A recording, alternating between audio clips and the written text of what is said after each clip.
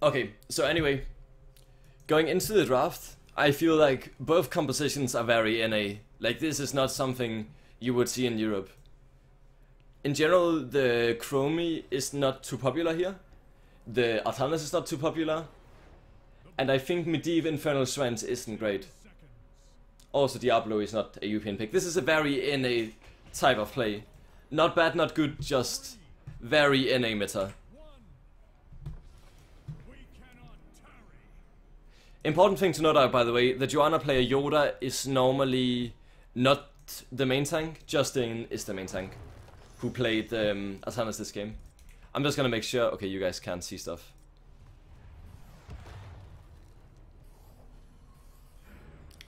Like it is very weird compositions for me. Like I would never see anything close to either composition. But again, first wave mid, always strong with Chromie. You pretty much win all the first mid waves with him, unless enemies get a good body block in or whatever. So the rotation should be towards GFE advantage, but again it's Infernal Shrine, so it shouldn't result in push. Especially when they have Medic as a healer, it is hard to like be offensive, because they can go behind and flank. And let's speed it up for the laning phase, as requested in chat. I don't like Galeforce here being like that passive. I think they should be more offensive. Maybe they were 5 mid, I didn't really catch it. If they were 5 mid, I agree with the decision of backing off and giving the way up for free. Again here, good try to go for something, go for some poke. Obviously they can get the kill, but I still like the try to go for it.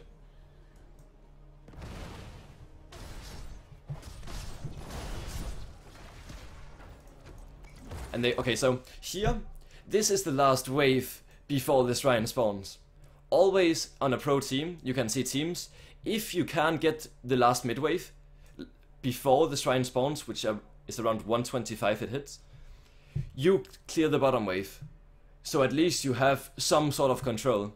By going for mid lane after they lost the wave, gives them a disadvantage on both mid wave and bottom wave. So here I would have liked to see Greymane, maybe Diablo as well, just one-shot the bottom wave, and then move out on the map and get some sort of control.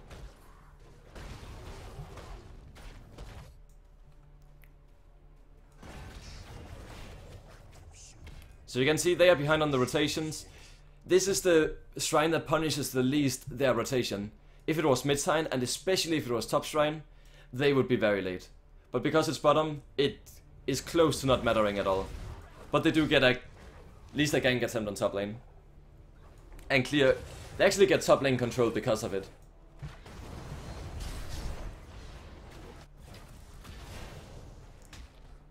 And again here I'm not sure about sending 2 people mid lane. Here I would also like to send 1 mid lane, get bottom wave with Greymane and go 2 on the shrine.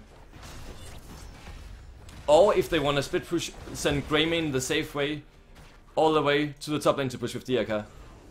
But by their positioning it looks like they want to contest the shrine. And Diaka burrows in behind, which should be a good play. Swap connects, but not much is happening. Nice lick there.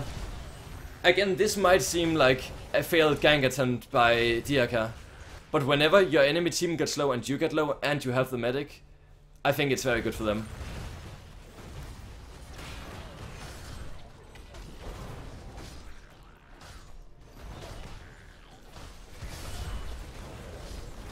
Again, not much happening. I would like to see GFE being a bit more offensive here as well. I think they are a bit passive, especially Diablo compared to them being all on full health. I like the way that both Dihaka and... who the fuck is Fan playing?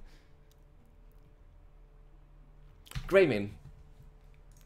I like the offensive positioning. And I don't think he's out of position getting swapped there. Like, they are still in a very fine position. And obviously now they stack in a Chromie combo which ends up killing them. I think it is a bit too deep for Medivh to be there. I think Medivh has to be like outside of the trade to try and protect his teammate. Or he has to be the only one in the combo. So he ends up falling down, I'm pretty sure. Oh, never mind. Doesn't somebody die here? I remember wrong. But I still feel like they would have had no chance of killing people if Glorong was a bit more passive, and they would have a better chance at getting the shrine.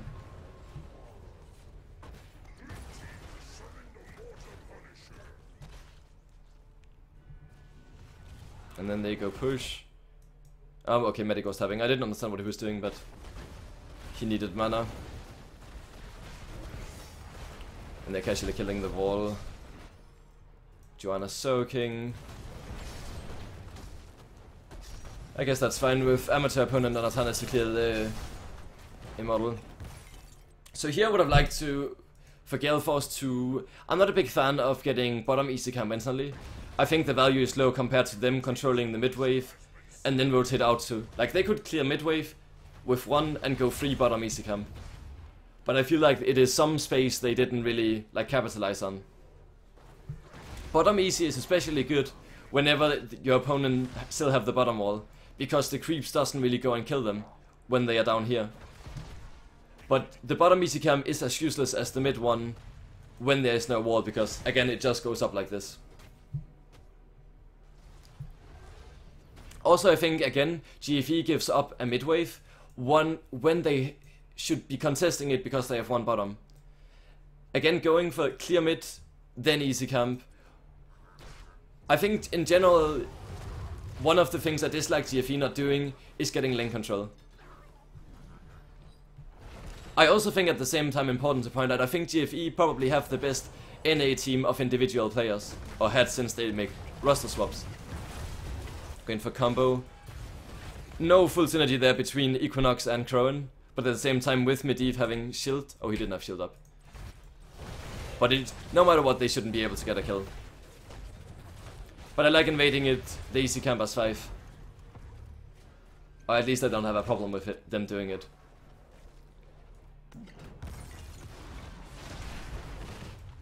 And here, like, this is one of the situations where they actually went bottom to take the bottom control. You can see the pace is completely up to GFE. And if they use their tools right, they are fucking... Like, they have Medivh, Joanna, Kasia, Tannis. Like, they can't do anything in the rotations. They don't have any pressure, they don't have the best wave clear. They overall just lack pressure pre-level 10, in my opinion. Also important, Medic struggles the later the game goes. NA might know something I don't, but Medic doesn't get played a lot, and when he does, you often lose the late game. So I feel like the level being 8 to 8 here with the same XP and the same map advantage, like the waves are not to GFE advantage right now, that is a maybe higher win percentage to teammates than the start. I cluttered in the wording a lot there. Can you please shift S? What the fuck? Yeah, I'm gonna... Trying for a swap, didn't go for it anyway. Maybe somebody using quick cast there. And again, right now, I think sending Joanna to bottom, like in Europe, I'm sure this rotation would have never happened. Once you get to the second shrine against Diaka, you will look to either split push or contest shrine as 5. There's no like in between. Because right now, they can be GFE can be offensive on the shrine. They don't have to be scared of split pushing, since you can see on their vision that they see everybody is here. So if you can clear from team 8, it is not the optimal calling to have Joanna clearing bottom wave. They might act like they're going in, but they can never actually move in because of the Diaka barrow.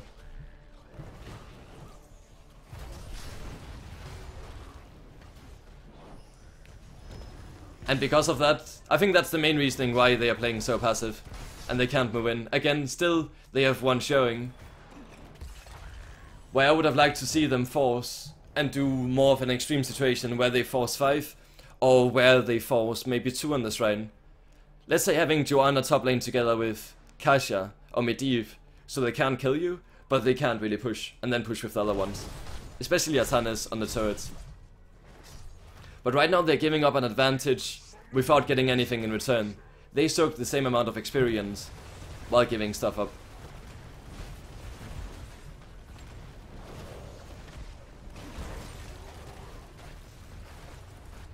They jump.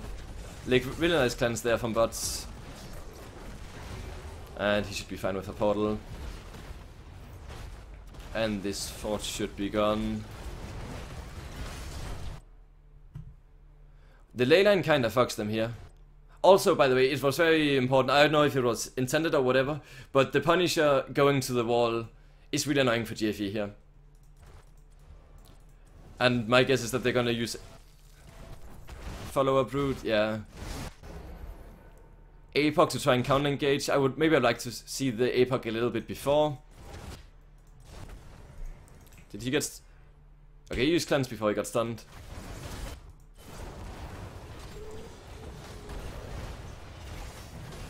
And Diaka goes down.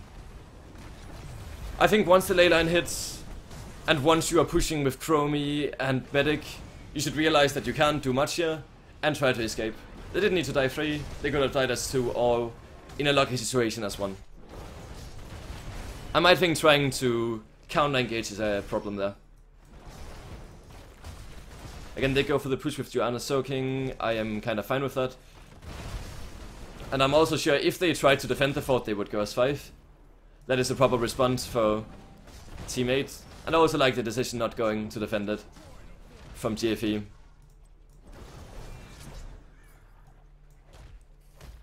And Twitchet, even though you like to hate on specific persons, then this is not my intention with the replay analysis to point out a specific player's mistake or whatever. So be nice out there.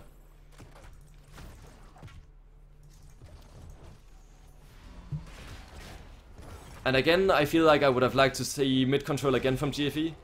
I think they are often giving up the waves when they should have the lane dominance. The later the game goes, maybe after 10 I can see why they wouldn't do it. But I would still like to see them do it. Speed up because nothing happens. Again, I'm pretty sure they had vision on Joanna just clearing the wave there, mounting up. So, yeah. Again, mid lane control would have been free. But they're also getting bubbling control, it's fine. But I think generally mid control is the most important thing on Infernal Shrines, if you can get it. And if you have the composition to do it. You really want to capitalize on it. They're going for Portal Gang on bottom. Does he have shield? No, he doesn't have shield. Nice counter engage by Fan here. Oh, what? I kinda feel like that shouldn't have happened 1 versus 4. I have that feeling. I didn't see the start of it, and if you back off in a replay, you will get DC'd.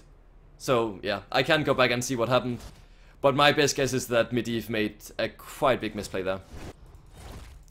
Really nice Apocalypse engage on Malfurion. Sadly, he misses him slightly, but it is, like, the idea behind it is very good, and I like that he goes for the play. And this is still a winning team fight. They kill bots. And maybe... Nah, they will not get more kills since they have Chromie backline only. Oh, actually... I don't like Prismatism here manning up. I think just disengaging could have worked out, like, easy for them. But them trying to fight 3 versus 4 end up costing them 2 kill. You don't get any CC anymore, do you? Yes, you do.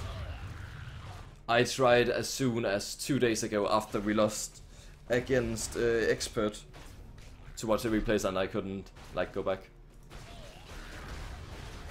And that is a free shrine for GFE. They decide to go for hardcam. Both teams go for hardcam, that is fine. So one thing I would like to see GFE do here. I think they have a composition where they have a lot of pressure on the enemy team. So after getting this fort, what the European call would often have been made was to get mid fort and mid towers. It makes it hard for the enemy team to move up, and it positions themselves well for the next shrine. When you're pushing with Chromie and Medic and Dihaka, very weak pushers. I'm not sure if Chromie is a weak pusher actually, but I would have liked them to see just go mid and give up shrine. And give up Punisher to die on bottom. Instead what ends up happening is them taking the bottom wall and not getting anything else out of it. Where they could have gotten mid fort, they would get slightly more experience by taking the mid fort way, and they would gain the map control. The bottom wall will only help them into Punisher, since the next Punisher is gonna be either mid or top lane. And even after that, it's only 50% chance of being bottom. So yeah, getting the wall here is useless apart from the experience.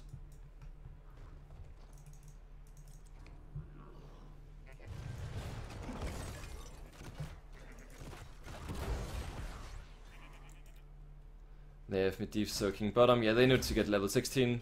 I would have liked to see... Oh, they're going for a gank here. That's a very good gank. I was about to say I would like them to see go for the mid wall and get an advantage while they have 16. But going for the gank is also going for advantage with the 16. And do they end up... Yeah, they end up getting him. And with that, I hope they go in for mid and try to siege there.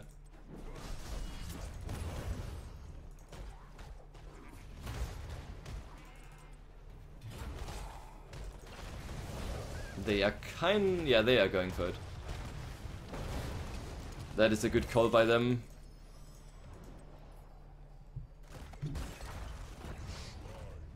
And Shrine on top lane.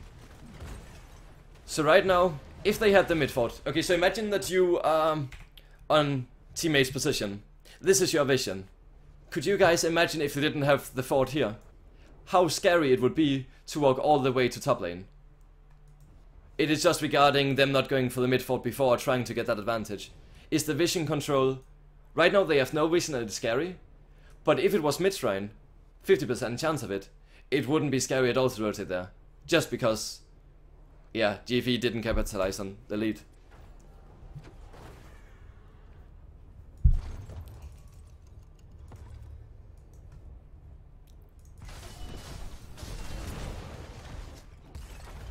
And now they're going for a split push. I am fine with them going for a split push. Again, the problem is...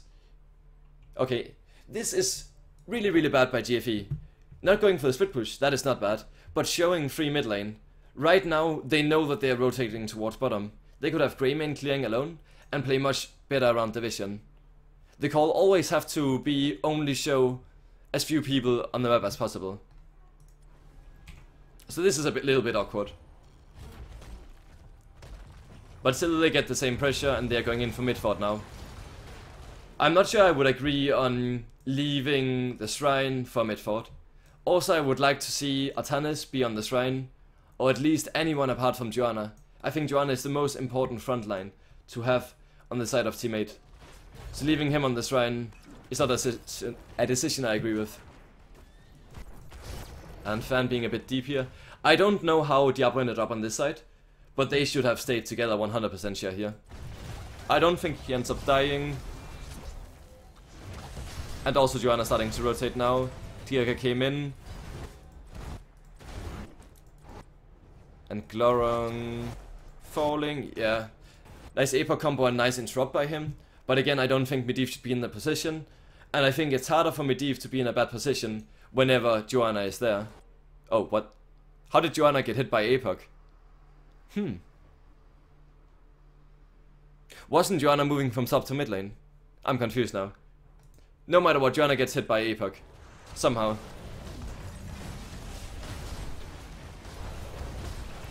And they keep fighting. I would have liked to see them disengage here. I don't think there's any way they can win a team fight.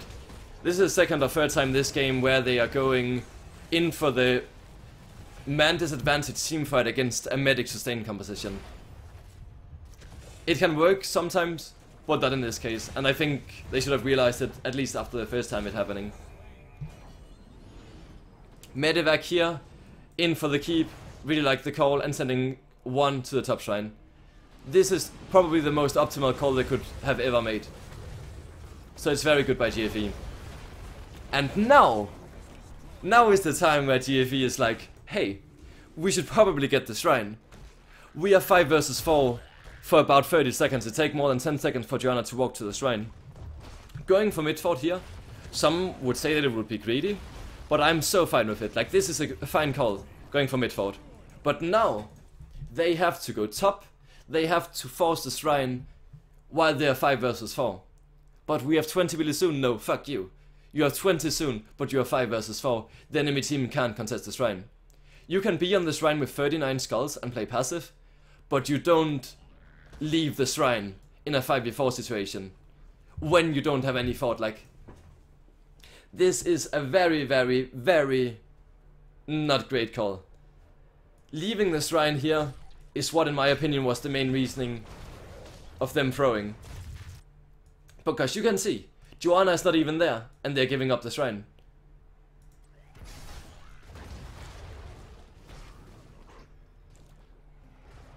So instead of having a 5 vs 4 fight where they had a skull lead, now they are forcing a fight with 20, where they are behind. Let's pause once Gia burrows.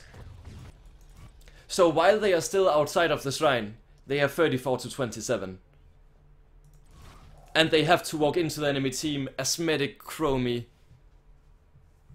Like, you don't want to walk into the enemy team, you want the enemy team to walk into you and have a sustained fight. And then suddenly jump Medivh or suddenly jump somebody, Kasia.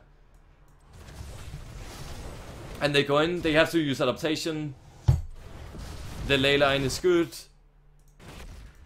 I like Diablo jumping in here. I would have liked to see an instant apocalypse. Okay, use the apocalypse, so that's good.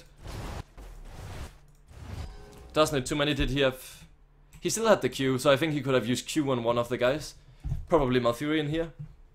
Or Medivh. Oh. He clicked creep instead.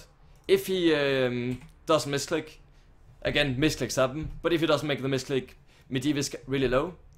And now they're in a position, because they were scared of fighting 5 vs 4, 19 versus 17, they are now in a team fight very late on a shrine, when they can disengage with medic, with Chromie. And against Malfurion they have to walk into silence.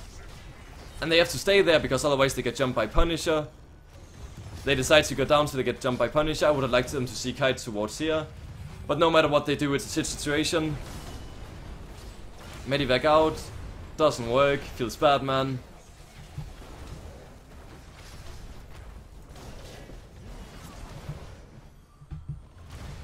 And I don't think there's much to say. Like, this is a free game as long as teammate doesn't fuck up.